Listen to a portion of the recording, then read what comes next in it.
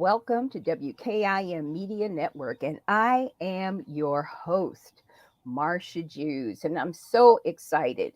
We have Yemi Osunkoya, who is our founder and head designer of the Kosibah brand after obtaining his BA Fine Art Textile Design degree from Obafemi Awolowo University in Nigeria and diplomas in both women's wear and menswear from Paris Academy School of Fashion in London, UK.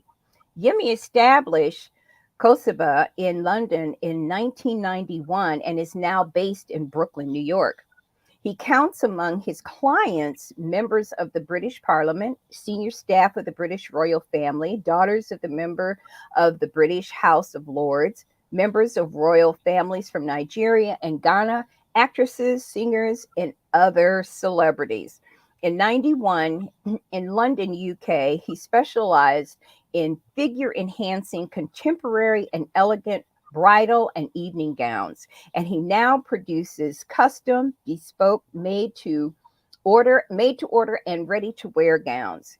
He has an editorial feature in the New York Times, Bride magazines, The Knot, Hitched UK, World Bride magazine, Muna Lanka Bride magazine, and has a gown worn by bride Titola Bello at permanent display at the Brighton Museum in Sussex, UK. And he still retains an atelier in London.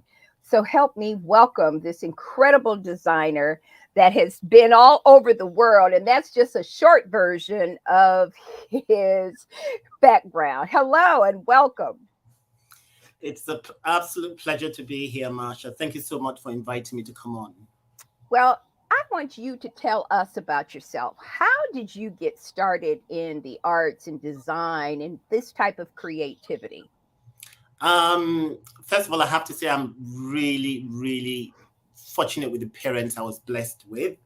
As you said, I was brought up in Nigeria, and my dad was a professor. My mom was a nurse.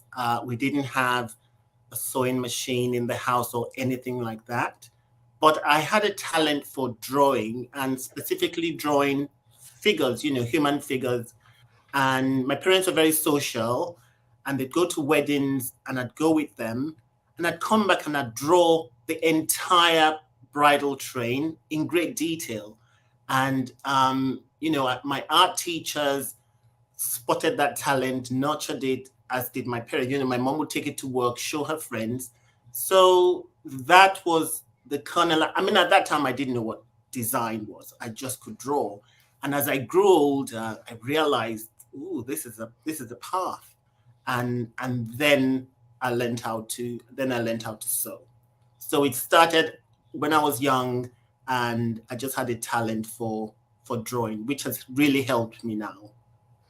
So you navigated into the creativity. And what made you decide to go to the schools that you went to? Okay, so it was really important for me to know how to create what I was drawing. Now, coming from the family background I came from, it was really important that I went to university. That was non-negotiable with my parents. I mean, they supported me, can do design, that's great. And at that time, there wasn't a university that offered a fashion design course in Nigeria. So the compromise I made with my parents was I would study uh, textile design under the fine art department, which is why I have a BA in fine art, but I specialized in textile design because I knew textiles, fashion go hand in hand. And then I went to study fashion in London. How'd you know about textile at that young age? I mean, I, I'm still wondering what it means. Can you speak to that and how you got so intrigued about it? Well, to be honest, it was when I went to university. So, I mean, I was 16, 17. Okay. And for me, to be perfectly honest, it was a means to an end. I wanted to do fashion. And the only way I was going to do fashion was to go through a university degree. So what degree do I want to do? I can do a fashion degree in Nigeria. So I did textile design. So the thing was that when I went through my university course, we had, for the first 2 years, you had to do everything. You had to do painting, sculpture, graphic design, which I really wasn't too keen on. I was almost like marking time. I just wanted to complete my degree and get on with doing my fashion. Mhm, mhm. Yeah. And so once you got through that, the whole educational piece, as you were going through that process, there's something special about fabric, right? And how the fabric lays on the body or hangs off your shoulder. That's right. How did you get involved in the intricacies to create the beautiful pieces that you do? I was very fortunate with the fashion school I ended up going to, which was called the Paris Academy School of Fashion in London. And what they taught there was old school couture, you know, very labor intensive, and all the, the lecturers were using Parisian techniques. And that is, taking detailed measurements of the client, you know, paying particular attention to the way, depending on the design, is how you decide what fabric to use. And they took us out to the equivalent of the garment district in London. We don't really have a garment district in London, but the equivalent of that. And they really paid attention to how fabric lends itself to how things would appear and how things would hang.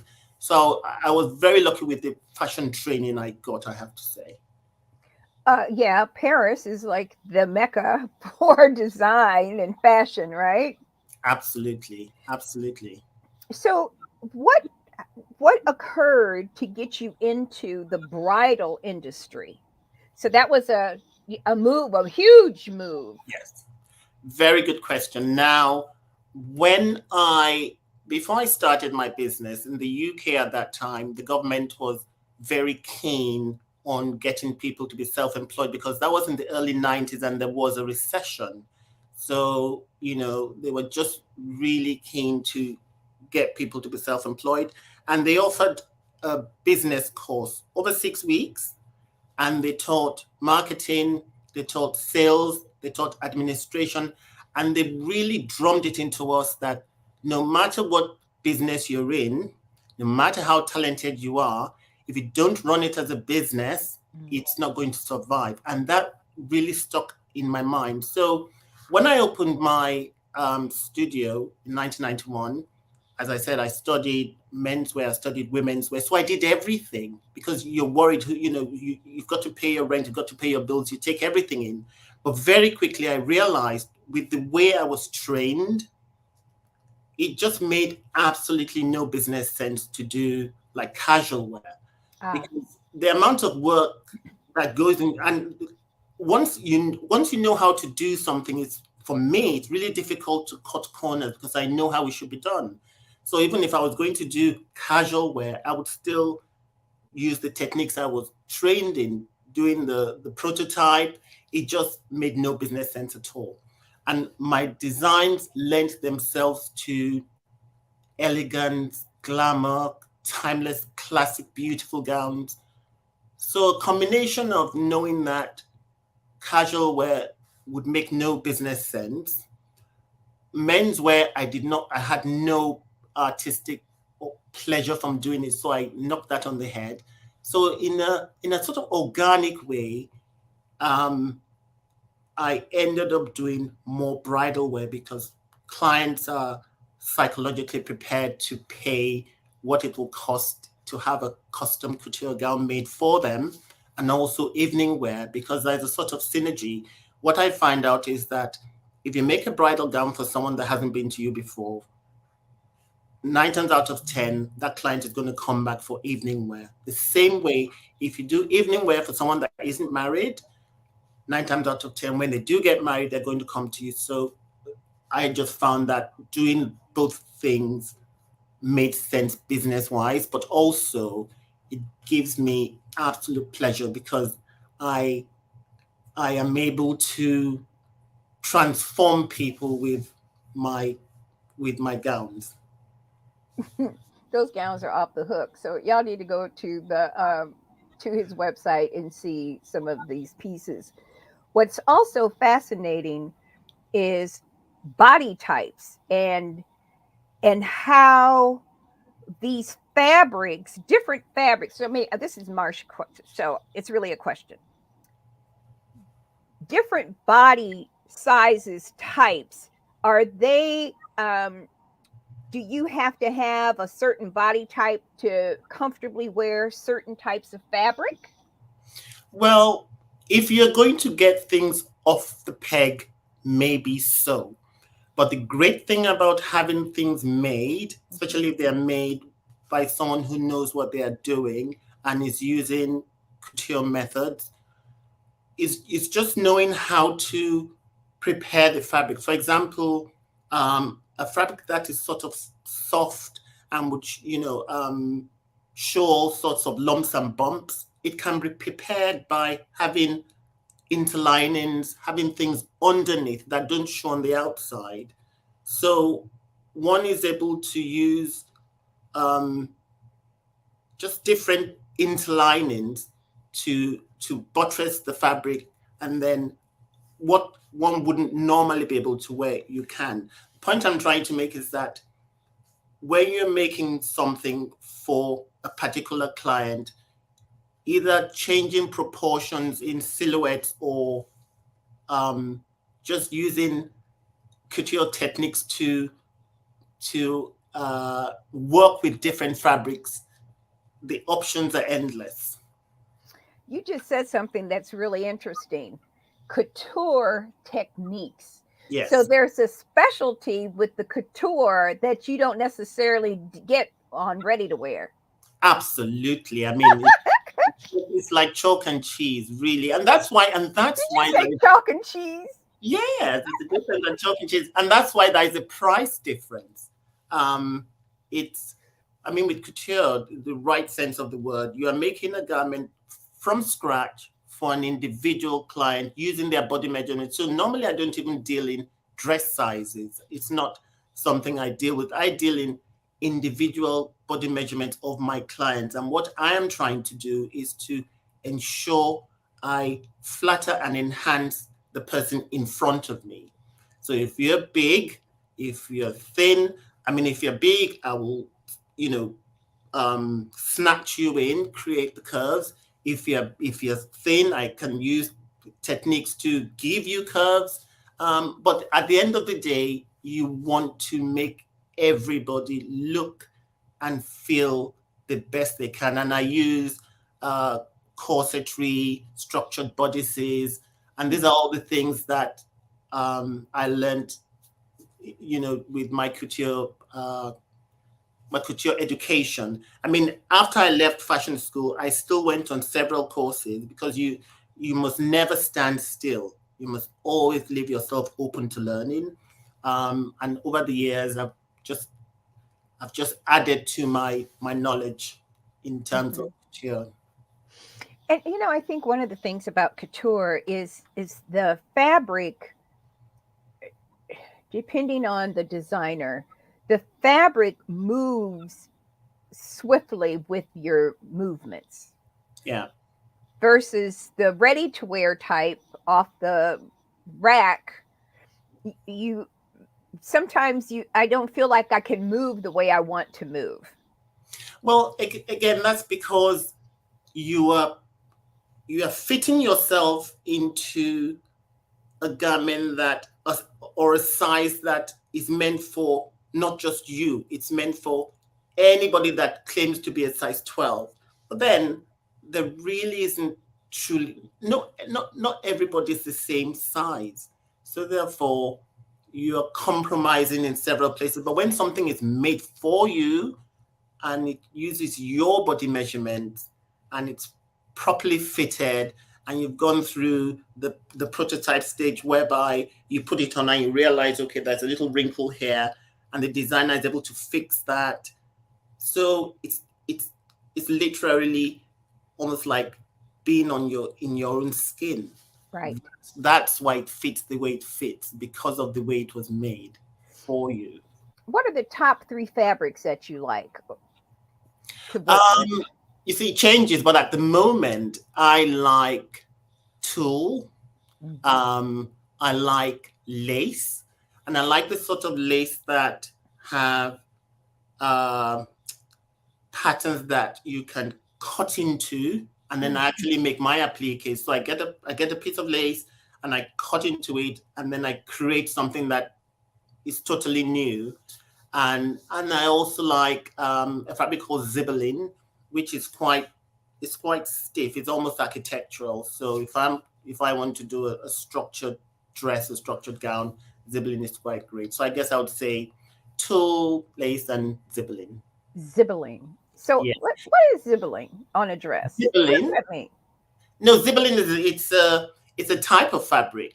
Ah, Um, yes, it's a type of fabric. Sometimes it's called gaza. And if you imagine a strapless gown that has a bow that stands by itself, yes. Yes. it's slightly stiff, Yes. and it's normally made with it's silk.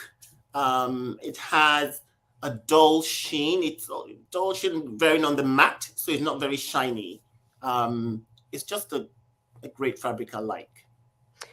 Do you like long sleeves or the back out haltery? Do you have a preference in the gowns?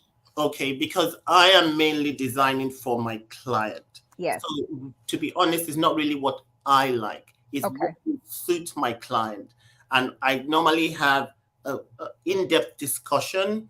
And what I'm trying to do is I'm trying to know what parts of the body my client has, insecurities with, what parts of her body she's really proud to show off. So oftentimes, for some reason, arms seems to be an issue with my clients. Hmm. They have insecurities. So then we put a sleeve in. But what I try to do is design it in a way that we are not covering or um, hiding. No, we're celebrating, but I know my client doesn't want to show her arms, so I'll design something with arms. But oftentimes, maybe the bust line or the clavicle or the back, whatever. It's really client led. I just want to make sure my client looks great. Is it My gowns have to be flattering on my clients. That's the top thing. It's got nothing to do with what I like, because I'm not wearing it. They are. Okay. And so what you're doing is help them realize their dream. Exactly, exactly. What I see myself almost like a problem solver. I I want to take all the insecurities away. So when a client is wearing my dress, she's not fiddling, she's not, trying lifting things up here. She has a waist that she probably didn't realize existed. And and the most important thing is that with my structure, the structure I have in my gowns, you don't have to wear a bra. And that Hmm. is one of the things most people appreciate in wearing my gowns. And again, it's all to do with the structure inside that you don't see from the outside. And that's really huge because a lot of times when you're trying to be in an evening gown or in a wedding, it to me evening it's beautiful, but it's uncomfortable because you have to be so careful with all of your movements, right? And I had a wedding dress once that I just wanted to rip it off as I was walking down the aisle. And it was off the rack, and but they wanted to make all these, changes to It doesn't work. enhance. I was like, ew, this is by the time I got down to the aisle, I should have known I shouldn't have married that man because I Oh, was so upset. But by the time I got down there, I was like, I did all that for this. So what? yes. I mean, I am biased because obviously I create couture gowns, but I have to say, especially for your wedding day, um, you just cannot beat custom. It's made for you. It's made for where you're getting married, or your religious, social, aspects are, are thought about, and again, all that fiddling on being uncomfortable, that's all sorted out during the fitting period. Would you say all that fiddling? And that's exactly what it is. You're walking down the thing, trying to not. Where are you going to do it? Because you can't. I mean, it's terrible, Oh right? dear, oh dear. I love it. I love it. But one thing that I think is really interesting is that not only do you fit the bride and her party, but I see mothers of the brides. Absolutely, yes. And you see, mothers of the bride these days are not. When you think mothers of the bride, you think, oh, a lady in a big hat, in a dress that has a matching coat. Mothers of the brides are not like that now. They want to look great. Obviously, they don't want to overshadow their daughters, but they just seem to look younger. Um, and I create dresses that reflect that. Um, Again, with the corsetry, you get the shape, and it's age appropriate, depending. But I think a mother of the bride now wants to look glamorous, elegant, beautiful, and I'm able to offer that. Do you also do the headgear, the headpieces to I match, or Well, I believe in um, people specializing in what they do. So okay? I can, for example, in Nigeria we have like a head wrap, so I Okay. can tie a head wrap, but I would rather send the mother of the bride to a milliner that I know, and Mm. she or he would make the hat. That's what I prefer to do. I don't think I have to do everything myself. I will do the dress, and then I would refer them to someone to do the headpiece or whatever. But I'm Okay. able to style my client from head to toe, shoes, accessories, everything. I always have ideas and thoughts of it, just to ensure that my dress looks great. Right. And it's really key because it's something that people will remember forever, right? Yeah, that's the thing about offering a luxury service. It's how you make people feel. um it's the whole experience of being looked after, um the reassurance of knowing that for this amount of money you're paying, you're getting a quality product. Mhm. You also have a fantastic experience while it's happening. Well, and you want it to be memorable. So Absolutely. you don't want to get down at the end of that aisle and complain because the thing is scratching you. The didn't put the zipper right or something, Oh right? my gosh, no, no, no, no. Right? But those are real issues that people are being confronted with, that they think they have the right people, but they don't know. You don't really know what that outcome is unless you do the research, which I think is so wonderful about you. So there's also in that party there are bridesmaids.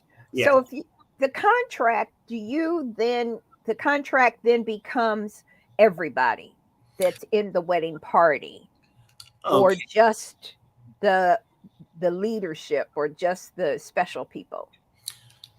Being totally honest, I have found that when it comes to bridesmaids, unless it's a very small party and it's a very um, sort of wealthy bride that maybe is able to look after her bridesmaids, as in pay for them, bridesmaids' dresses, price point, it doesn't really match with my offering. So I don't usually do bride. I mean, I have done in the past, and you know, I'm able.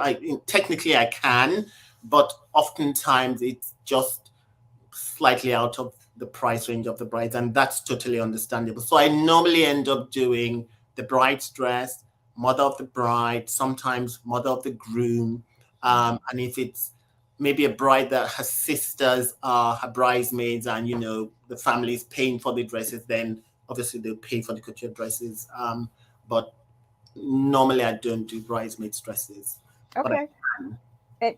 And I think that's a lot of work to be Yeah, able to do a whole party, to absolutely. concentrate on the main thing is the main thing, right? Absolutely, yes. Right. So, so in looking at the whole industry, and you have, you know, traveled the world, you've seen so many different things. What would you say from the standpoint of the gowns that are three or four things that the audience can look out for, or the expectations, or the homework that they should be doing before they meet you? So by the time they meet you, they've done some preliminary work in getting the plan together Okay. versus just jumping there and here. And how do you, or maybe you prefer that, I don't know. No, that's a really good question. I think first of all, the sort of client that will come to me, has already decided they want to have something made, and it's a good idea to maybe know how much things off the peg cost and how much things that are uh, made, made using couture methods cost, so that you understand the difference. Also, you want it's great if you know where your event is going to take place, because Mm. I also use that information in my design, because there's no point if you're going to get married in like a place like a castle, princess castle, very ornate, or you're going to get married in an ultra modern setting, all white glass, silver clean. Those are two different dresses. And Ah, if I do, wait a minute, back up. Say that again.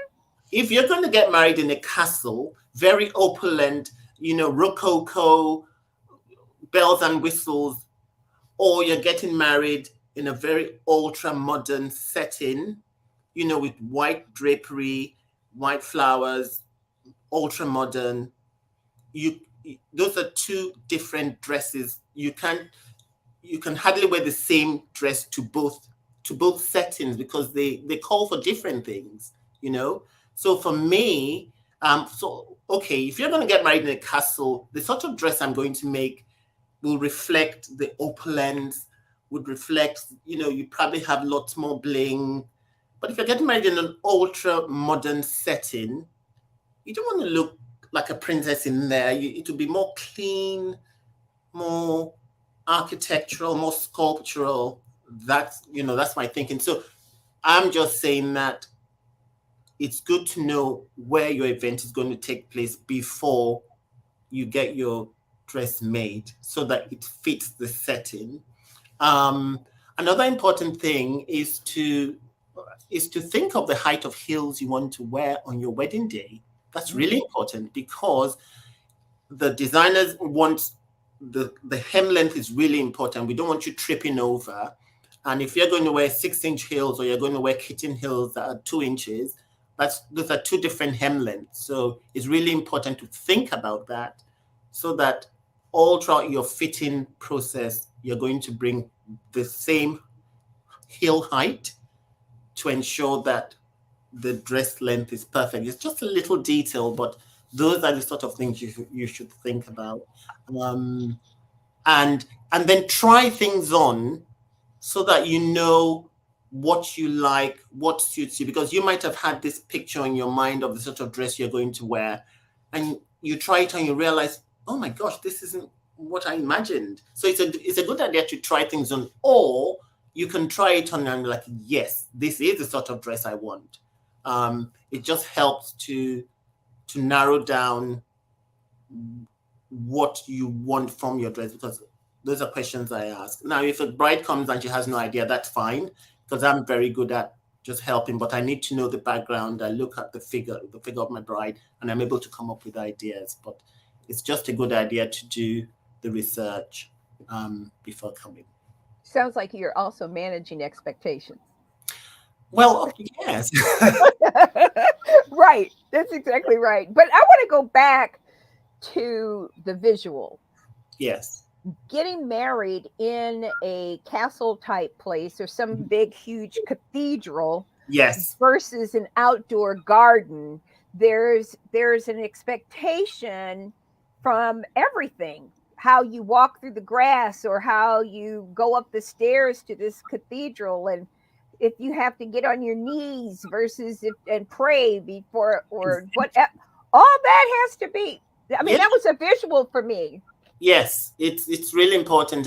You know, for example, in a castle, you don't want to be swallowed up. You're able to then have, a big skirt, maybe a very long train that would suit the environment. If there's stairs coming out of the castle or some opportunity for some photos, you're able to spread the skirt. But a big dress like that wouldn't really fit into a small, intimate space. Or if you're getting married in the garden, you don't want to drag the whole of the undergrowth underneath your dress. So, or you're getting Right. married in a beach, it's not appropriate. So the different settings also play a part into what the dress looks like at the Mhm. end. And so also then you've got to deal with sometimes, and I've never been one, all the marriages that I've been through. That's a conversation offline. But that doggone train can't. What happened? Who came up with the 20-foot train that comes behind you? Why is that important on It's, the veil? it just, the bride is the centerpiece. She, Again, I'm biased because I make the bridal gown, but it's just it just adds to the specialness of the day. It looks great in the right setting. Um, and historically, they've always been brides have always had trains, and the longer the train, depending on the setting. I mean, the late Princess Diana of Wales, she had a 25-foot train. She got married in St. Paul's Cathedral, so it fit the setting, but you don't always have to have one. Right. That takes you 12 years to walk down the aisle and wait for the rest of it to catch up with you, right? So here's another question for you. In looking at and trying to find, because you're very meticulous and you want that bride and the mother of the bride and perhaps the maid of honor or whatever, that's all in stone, right? And it's clear what you're doing. Is it necessary, or should the young people, the folks who are the little girl who's carrying the flowers, or uh, do they get included in that, or do you make a recommendation? Yeah. Now, it's nice if everything sort of is cohesive, coordinated. So even though I don't do bridesmaids dresses, yes, I have a very dear friend. I would send everybody to I recommend where they go to. Yes. Uh-huh. Uh-huh.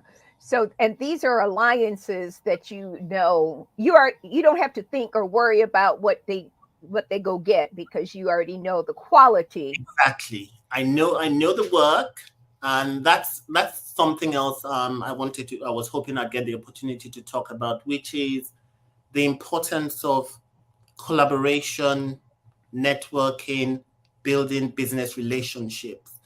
Sometimes you build this relationship with people that do things adjacent to what you do. So, for example, makeup artist, hairdresser, people that do jewelry.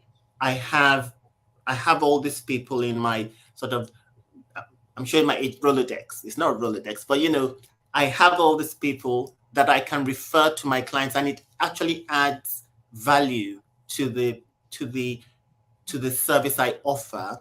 But also, I am passing business to people that I know I can trust because we've worked together and I know they produce excellence. And I also form business relationship with people that do what I do. Because, for example, if a bride comes to me and says, "Oh, I want to wear I want to have a dress or an outfit that is a jumpsuit, for example. I don't do trousers. But rather than saying, "Oh, I don't do trousers, so sorry," no, I know which designer to send them to, and I know that they will get something great from that person. So even if I'm not the one doing it, I'm not just going to just say goodbye. No, I would say no. I can do it, but go to this person, and it's just building trust. And sometimes they might maybe have too much work on or whatever, and they might not be so much into corsetry, and they know, oh well, Yemi can do that. So we are in the same business, but that doesn't mean we are competing with each other. And it's one of the business lessons I've learned over the year to just develop these business relationships, and they really do pay off. Yeah, business alliances are really critical. And you don't have to, I like it when I don't have to think.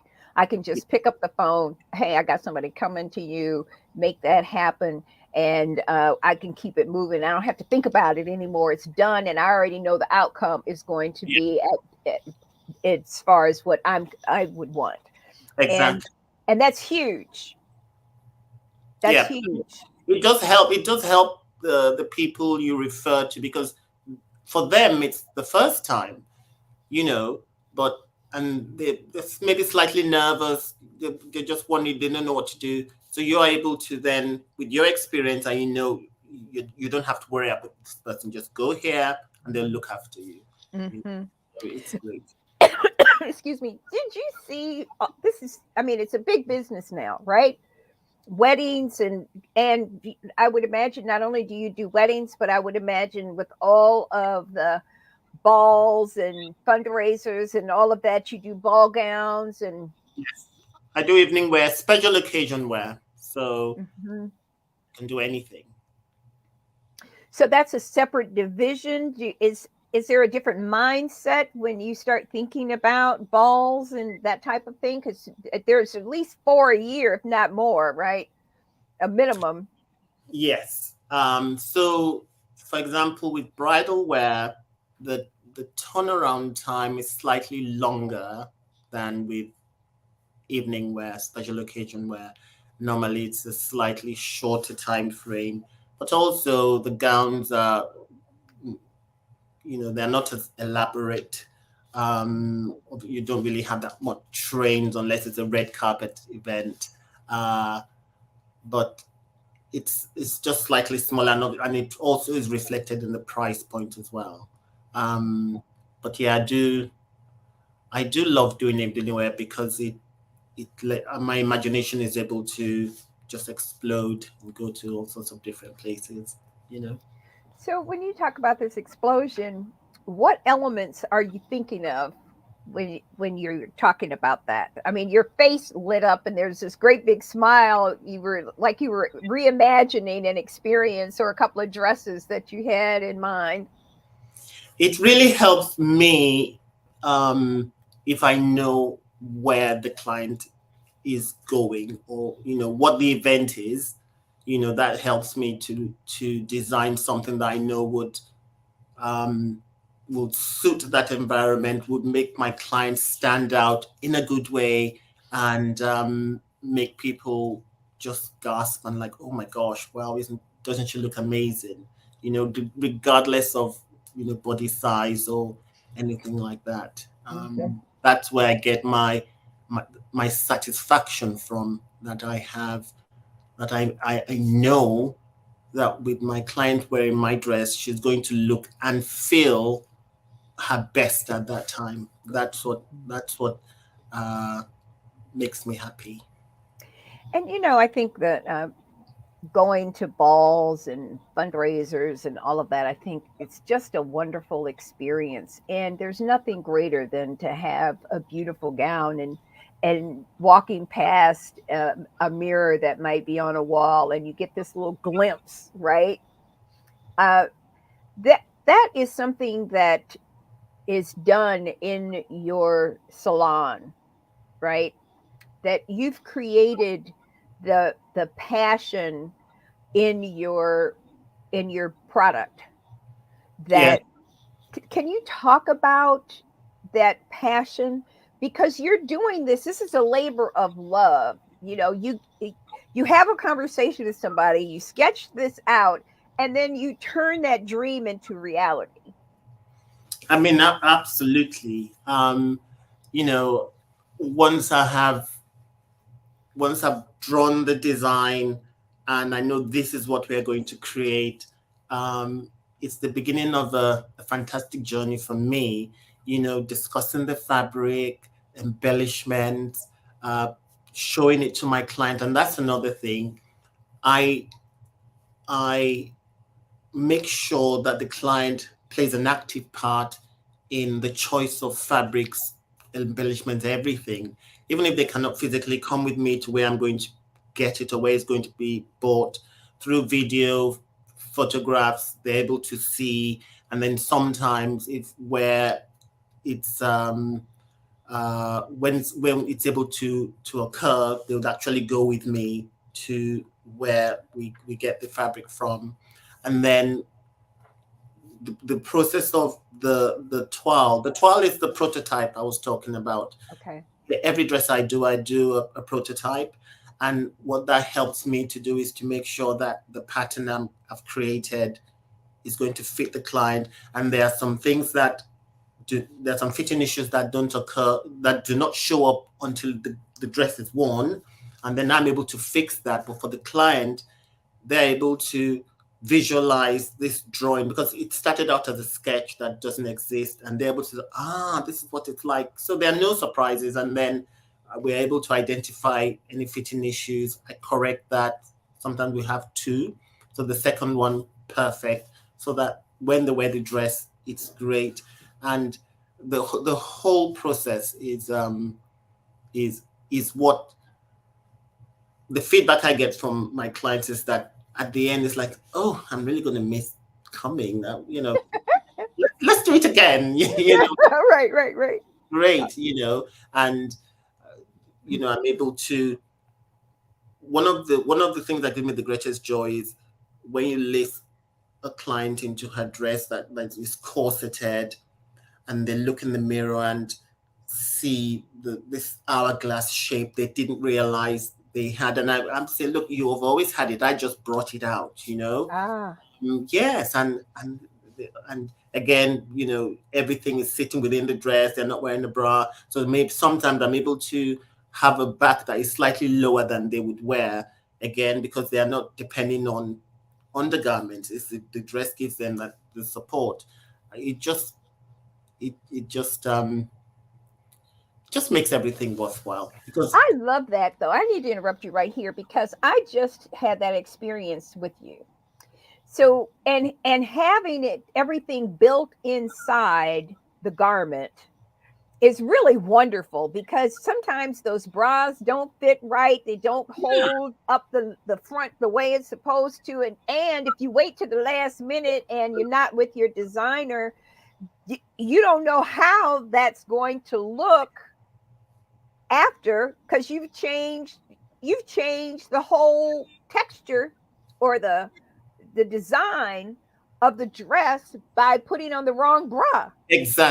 exactly it pulls you in places that you shouldn't be pulled, or makes folds come up. And but if you're settled into a dress, and then the dress is the one lifting you up and holding you in, there's less spillage. That it just looks better from the outside, and you as a person wearing it, you just feel more secure.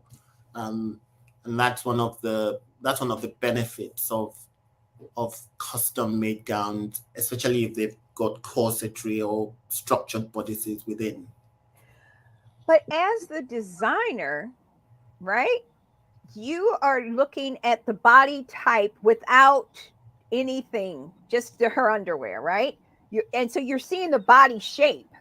Yes, You have a total idea of what that body looks like and how then it can be poured into what you have created. I don't know if that's the right term, but I think it, for me, I it helps. understand. I understand what you mean. Yes, and that's one of the for me. That's one of the blessings I've had growing up in Nigeria. Because I was very used to, from a young age, seeing real female figures, full bodies, busts, hips, and, waist and whatever. So I was from the beginning of my designing career, I was used to envisage, thinking of bodies like that, just different body types.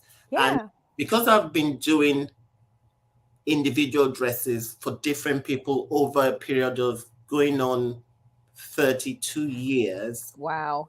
I have developed some techniques that you wouldn't find in any book. It's just trial and, just experience over time. And with each one I do, I learn something new. I'm like, and then I incorporate that into the next.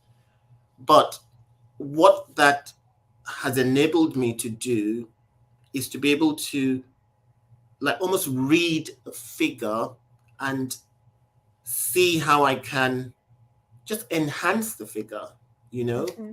Um, because everybody wants to look good, everybody wants to Yes. look great, and I'm able to do that within my design. And when I'm doing this, I try to. It's with. I mean, a design might be solving a fitting problem, but it doesn't look as if I'm solving a fitting problem. It's just part of the design. But I know what I'm doing. I'm trying to solve a problem. And, So and and I'm with you because I have gained weight through COVID, right? And so you'd have to lift up something and move something else. Because those days are over. You can't pour me into that now. There's a little extra, whatever, COVID extra. We got yeah, COVID extra. We got COVID extra. And so, but it's a beautiful concept to be able to see the real body in and as it is. yeah, I'm a respect who you are. I'm a respect what you got, and I've got something that's going to help you. absolutely. That's why, um, not just me specifically, but most people, you have to feel comfortable with your designer. You have to feel you can trust them, Hmm. and you are able to tell them. You have to be sort of almost vulnerable. Like, look, I have an issue with, my shoulders, or maybe, maybe you have a slight, because, for example, we are not all equal. Maybe you have a slight scoliosis or whatever. It's just good for your designer to know that, and then with that in mind, see how they can, um, just take that into consideration and make you look great. That's the big. And that's all we want as a bride. You want it. You want everything from the time that door opens to whatever to enter into that space. You want to hear people trying to catch their breath, Yes. right? The Yeah. oohs and the ahs of seeing that, and it's that sound that everything you said that they were trying to argue with you about. Oh, I don't know, maybe if you do this, or I don't know, but they see that you were on point, right, Yes. at that moment.